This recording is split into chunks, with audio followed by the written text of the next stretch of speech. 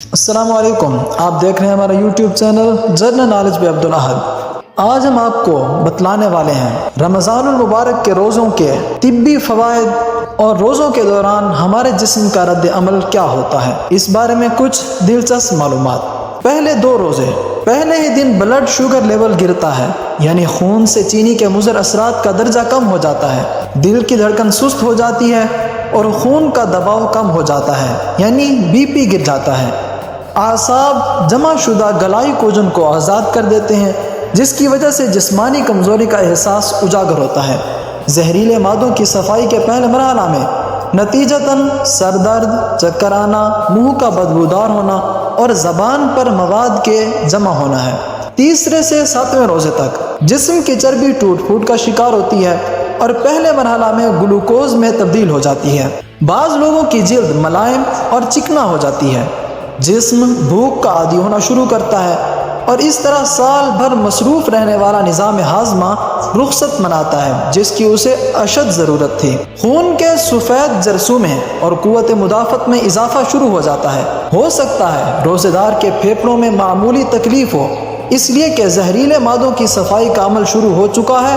انتڑیوں اور کولن کی مرمت کا کام شروع ہو جاتا ہے، انتڑیوں کی دیواروں پر جمع مواد ڈھیلا ہونا شروع ہو جاتا ہے۔ 8ویں سے 15ویں روزے تک آپ پہلے سے توانا محسوس کرتے ہیں، دماغی طور پر چست اور ہلکا محسوس کرتے ہیں۔ ہو سکتا ہے پرانی چوٹ اور زخم محسوس ہونا شروع ہوں، اس لیے کہ اب آپ کا جسم اپنے دفاع کے لیے پہلے سے زیادہ فعال اور مضبوط ہو چکا ہے۔ جسم اپنے مردہ یا کینسر شدہ سیل کو کھانا شروع کر دیتا ہے، جیسے عمومی حالات میں کیمو تھراپی کے ساتھ مارنے کی کوشش کی جاتی ہے۔ اسی وجہ سے خلیات سے پرانی تکالیف اور درد کا احساس نسبتاً بڑھ جاتا ہے۔ اعصاب اور ٹانگوں میں تناؤ اس عمل کا قدرتی نتیجہ ہوتا ہے۔ یہ قوت مدافعت کے جاری عمل کی نشانی ہے۔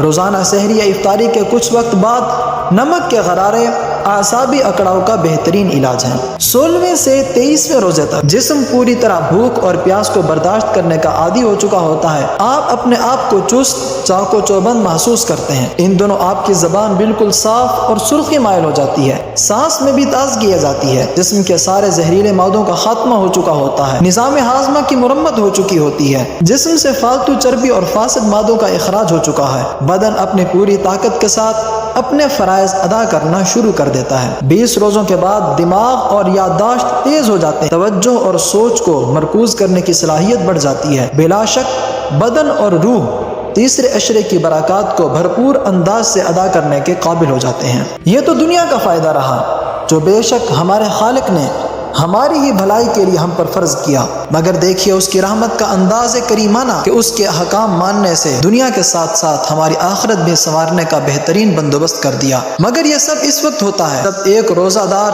عام اور سادہ غذا استعمال کرے، نہ کہ ہر قسم کی غذا ایک وقت میں جسم اور معدہ میں ٹھونس دے۔ فتبارک اللہ احسن الخالقین۔ حکیم میلاد رضا کی قلم سے کچھ اقتباس۔ خوش رہیں، خوشیاں بانٹیں۔